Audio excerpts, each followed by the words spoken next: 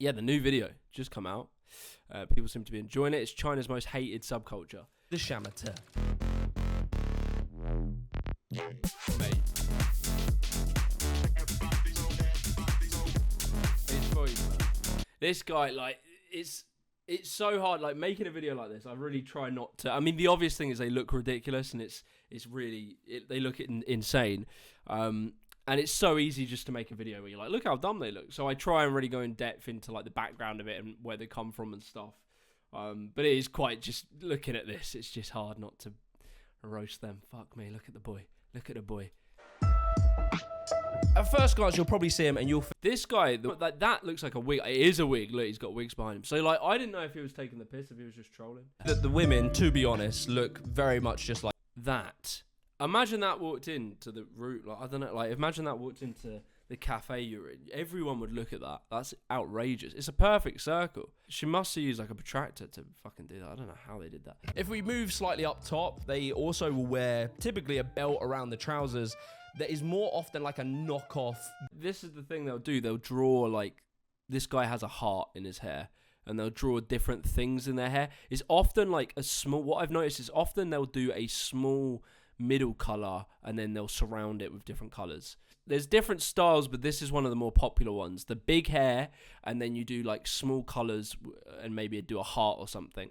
You do get guys who do just like dye the whole lot as well, and that's like quite popular. But I wouldn't say that's particularly unique to like the shamateur. Show off the fucking guns! I don't know how much I went into this, but they love fake goods. So like fake Gucci, fake Louis Vuitton. Which is kind of interesting T-shirt. Because, like, you know, again, I sort of talk about how it's different to emos. They like these kind of belts, they like brands and stuff, but they're always fake, obviously. And that's interesting because emos really, they weren't going to be wearing like branded goods, you know.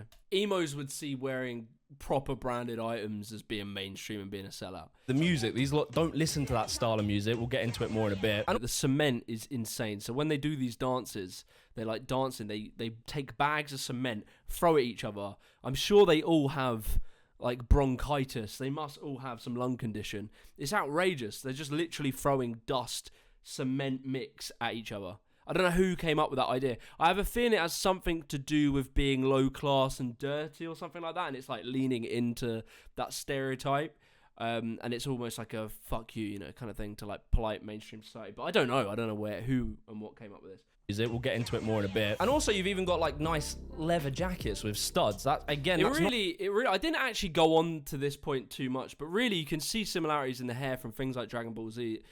I couldn't find much of them talking about how it was inspired by like old anime or old Dragon Ball Z. But I mean, like, these haircuts would not go amiss in Dragon Ball Z, you know. And what you'll begin to learn is that the shamateur... This guy is just, yeah, he's outrageous. Do you think like, this is the thing as well, when you're making a video about a different country and you can't understand what they're saying when they're talking.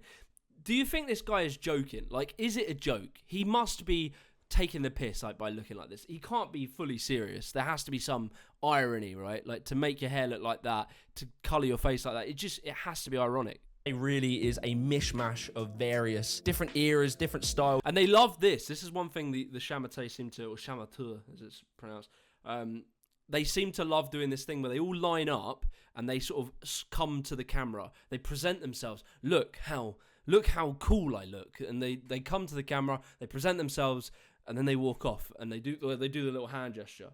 I don't know who came up with that. It's like, hi guys, look at me. I don't know. It's like a loading screen for the video game. Apparently it comes from K-pop. Apparently that means love. That's apparently it. I don't know what this means, but that means love. This means something else where I'm from. But yeah, that means love. This is a wild one. He looks like a peacock.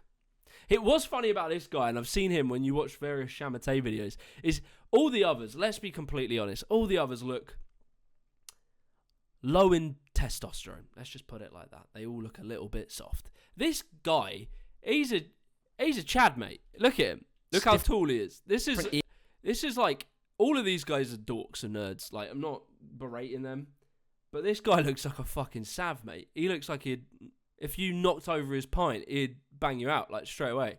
These guys, I get it. I get why they've decided to look like this, because, you know, they need people to look at them. This guy at the back... Eras, different styles, different cultures, all bought... How did he end up here? Where did it all go wrong? Look at that. Imagine he fell over. Imagine he landed on you. That's a lawsuit. PTSD from my emo days. Yeah, trust. This is where emo would have went if no one stopped us. That was the thing. It was like we were like we were getting there. We were evolving. We just didn't make it to the next evolution. We were in the first stages. We were in the Pikachu era. Yeah, that's the thing. I think us as emos, yeah, I think you're right, Tootie. We didn't get to the final form. It's really sad, you know. We stopped. We tapped out. We got lattes and went down the hipster route. These lot, they went full. You know, they went to level 10, 11. You know, they level 99. They got the skill cape, and that was it. That was the final form. Sadly, we didn't make it. You know, the volume. Look at the volume. It's outrageous. It's outrageous. And I'm surprised, like, to be honest, some of these hairstyles don't make their way into like really avant-garde fashion hip world now. Like, you could kind of see it, like something like this perhaps. We didn't have the hairspray budget. Maybe it was cheaper. Maybe in China they had better access to hairspray. Yeah, maybe we got too funny about the environmental. Like, probably half of the ozone layer hole was caused by the Chamoté just fucking adding volume, you know. Blues, greens. It's just so disproportionate. The hair is so big. It's like one of those squeezy toys where you squeeze the body and the head inflates. And it's interesting because the origins of this haircut can be traced back to one bruh, Luo Fuxing. Where it come from, they all worked in factories. They all worked like, so when you were buying, because this was like 2009, when you were buying your Xbox 360, it was probably your boy Luo making it. You know, probably some dude. You might have, if you look closely, you probably would have found a bright green long piece of hair, and that would have been Luo or one of these boys. The goods, all the made in China goods, that was coming from these lot. So, and he grew up very poor, so he would go to internet cafes. He didn't have any of you ever been to an internet cafe? Like, I feel like I went to one. This is the only time I remember going to one, right? I must have been 14, right, on a family holiday. And I was so deeply addicted to RuneScape. Like a holiday wasn't an exciting time when you have a RuneScape addiction, because a holiday means wasted XP. And so I remember one day being like, Dad, look, I'm fucking sweating. Just let me go to an internet cafe. You know, we didn't have phones and laptops. So it was like, all right, you can go. And I remember going in there for a couple hours and just playing RuneScape. Whilst I could have been on the beach. Pretty sure this guy sits in front of me every time I go to the cinema. Yeah, this bro, every time, mate, I was in the theatre the other day. I know, very, very middle class. I was in the theatre, and I'm pretty sure you had a couple of these pricks in front of me. I couldn't see shit. Deep in a browsing sesh, and he came across what is known as Visual Kai. Do any of you guys know anything about Visual Kai? Like, I find this really interesting, that the roots and the origins of the haircut and the look isn't from emo. Like, it's so weird because it came up parallel to emo, the Chamoté. They were the same sort of time. It was like 2009 or so. And so you would have thought it was just Chinese kids seeing emo in the West and just copying it. But that literally had nothing to do with it. Like, they weren't really all that inspired by it. Like, probably at some point later they probably were. But they did all the same things. And it seems to be that the origins don't come from the same things. If we do Chamoté Dog, oh, that's a shame. I can't go on this website. What the fuck? You know what I reckon's happened? Their website's just gone down. Chamoté.org has just gone down. Let me change the screen. Here we go. Forbidden. I've just released my video, and I have a strange feeling that it might have actually affected their... See, Forbidden. I think I might have just broken the Chamoté. Yeah, maybe. Because bear in mind, this website is so old.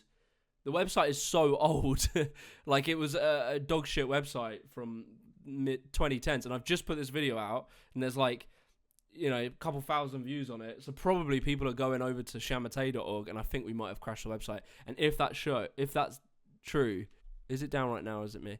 If that's true, I'm actually almost proud of that. Let's see. Is it down right now or is it just me? Chamoté.org. Access to Chamoté is declined. Boys, we did it. We crashed their website.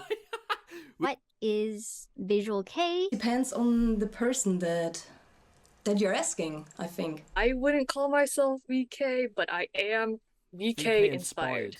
I gotta complain about that stuff, mate. It always annoys me when people just can't define things. There is always in life nuance, and there's always grey areas, and there's always like, you know, things that are on the edge. But it annoys me when, because things that are on the edge, so say like, I don't know, I can't really think of a clear example just off top. But like, say you have a thing and you want to describe it. You go, that's drum and bass. And someone go, no, actually, it's jump up. And it's like, okay, dickhead, I get it. It has a slightly different pattern. But for all intents and purposes, that's drum and bass.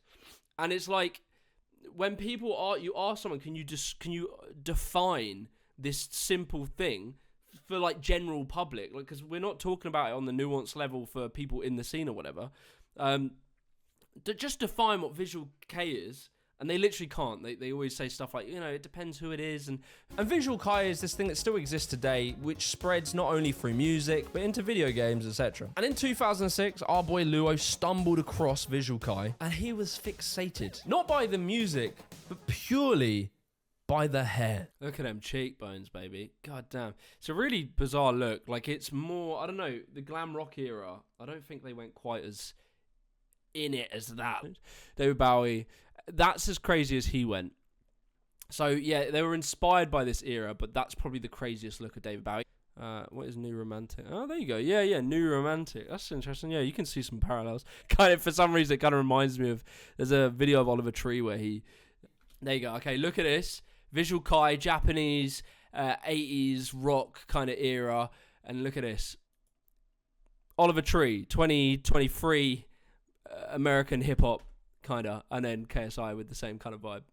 Luo was an early internet celebrity in China. He was like the equivalent of like Zezima or Ziz or someone like that. Who remembers Zezima and who remembers Ziz? Who remembers them? Them boys. I remember Zezima was like, I added Zezima, and I remember when Zezima would come online on RuneScape, you would see his name, right, for about half a second, because this is how it worked, right? Zezima would log into the game, and he was the best player. If you don't know who Zezima is, Zezima was the best player on RuneScape. And he was on the top of the thing, and he was like a celebrity. And what's weird is that no one knew him. He never did videos. He never did anything. No one knew who he was. They just knew he was the best at the game because his name was always top, level 99 on everything. And then he would log into the game, and it would say Zezima, if you'd added him, which I did because I'm a fucking weirdo. I added him, and he didn't need to add me back. Zezima is now online. It would say that for about half a second. And in that half a second, everyone would spam message Zezima. It'd be like, hi Zez, hi, can I have some money? And then offline, because now what he's done, he's logged into the game and he's turned his chat to friends only. But he has to do that. It doesn't let him default it every time. So it was well funny. Of the Shamate, it's really important to have a full understanding of Chinese culture. And to do that, we need to go all the way back to the 90s. Who knows this reference? Who knows this reference? We all do it. Every single video essay maker, we all do this exact same shtick. Whatever you think of the Teletubbies, there's no denying the impact they had on the visual media. It all started at the beginning.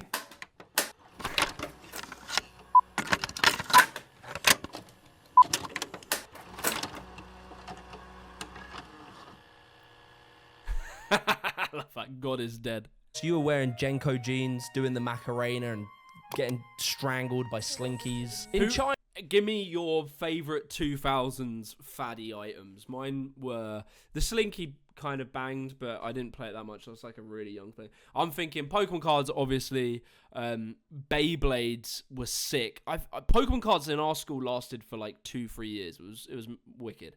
But Beyblades, I feel like only lasted about 1 or 2 months before they started getting banned. But people would bring in the bowl, into the school, and we'd all go to like the toilets because the teachers got pissed with us playing this. And we'd be like doing our Beyblades. And obviously the rich kid bought in the fucking titanium Beyblade that would tear apart our Chinese Beyblades that were made by Luo Fuxing in the warehouse. But yeah, I used to love all that shit. Friend, your $200 Nike Aero Pump orthopedic waterbed mattress with Big Bass Fishing PlayStation 2 built in. All of that was... Whoever played Big Bass Fishing, I feel like I'm the only person on planet Earth that played Big Bass Fishing. I don't know why I got into these games so heavy. I fucking loved Big Bass Fishing. I think it actually was on the PlayStation 1. I don't know why. It was such a shit game. It was terrible, and it was. Look at it. This was the game. Oh, I think I found out why I played it. I think we found out the reason why. Big Bass Fishing. Factory workers. It wasn't so ideal. This is fucked, dude. I found this clip and it was like workers forced to crawl as punishment. Let me show you the whole video. So workers forced to crawl as punishment. So obviously they've, I don't know, made only 7,000 Nike trainers today. And so they meant to have done 8,000 obviously, but they were being slow. And look, they have to crawl through the street as like penance. It says the employees failed to meet year-end targets. This is outrageous, man. They would literally be paid pennies an hour to manufacture goods for the Western world. God, I would probably be imprisoned, I think, if I grew up in China. I was so bad at just doing school. I was so bad at like doing anything that anyone wanted me to do that I didn't want to do. Like, unless it was parkour or video games or, I don't know, climbing trees and making videos, making music, I did not want to do a fucking second of it. If you put me in a factory, mate, it wouldn't have ended well. I'd have been jumping in the nets. That's all I'm saying, if you know what I mean. Working ridiculously long shifts in these horrible conditions that literally had nets. That would be me. That would be me. I'd be in one of these. I'd be one of these. 杀马特开始迅速流行。 I have literally zero idea what this guy is saying right now. He could be saying quite literally anything, and I just put it in there because I felt like the video needed a break of me talking. Leading to him. So if any of you know Mandarin, yeah, just tell me. Just having the balls to go out like that in public. Yeah. You know what? This is a big point, and maybe I didn't even iterate this that much in the video or enough. The balls that these people had to look like this in China back when they did it is insane. When the emos were looking how they were looking in England and America, we have had a long history of people looking crazy. We've had David Bowie, we've had punks, we've had all this stuff. Like, we've had crazy looks before. In China, they had not had crazy looks before. So to have people coming in looking like this, the cojones you need to do that is insane. The Shamate offered a family to these people who didn't have any standing or any identity in their culture. It just looks depressing, man. It looks like it's made to depress you. It looks like it's designed to be sad in there. They just sit on their phone. I mean, it's like, to be honest, that's kind of what work canteens are like in most shitty jobs. Like, if you work in a warehouse in England, it probably everyone's just on their phone. It's just depressing, man. It was time for him to cut his hair.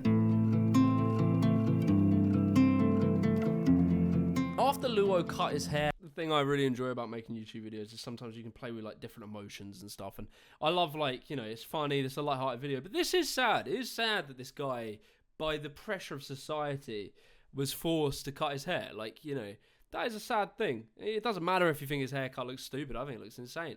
But it was him. That was his thing. It was what he liked. He created this whole thing. And because of society, he was forced to not. And I like that. In these kind of videos, you can kind of get little emotional moments. but just like every fucking thing on earth that we once hated and said was going to destroy society, a few years later they looked back and went, you remember that Shamate thing? That was pretty fun, wasn't it? That was pretty goofy. What's up with that? Where did they go? Go check my video on Jimmy the G, my second channel. It's called Gen Alpha Isn't Doomed, You're Just Getting Old. Watch that. That's me talking about this point I just made. Like, we always look back on things and we say it was the end of the world at the time. There was a big moral panic around a certain thing. And it always, a few years later, we always look back and we end up reminiscing it. You know, we end up going, oh, you know, it was really cool. The hippies were really cool. But everyone hated the hippies in the era. There we go. China Fact Chasers. Yeah, go on their channel and watch this video about it. China's most hated subculture is hilarious. Theirs is really good. There's a podcast, and they did a bunch. If you, they've rinsed the Shamate for sure.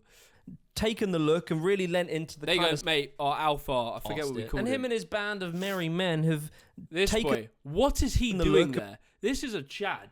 Why is he rolling with the fucking soys? He could easily, not do this.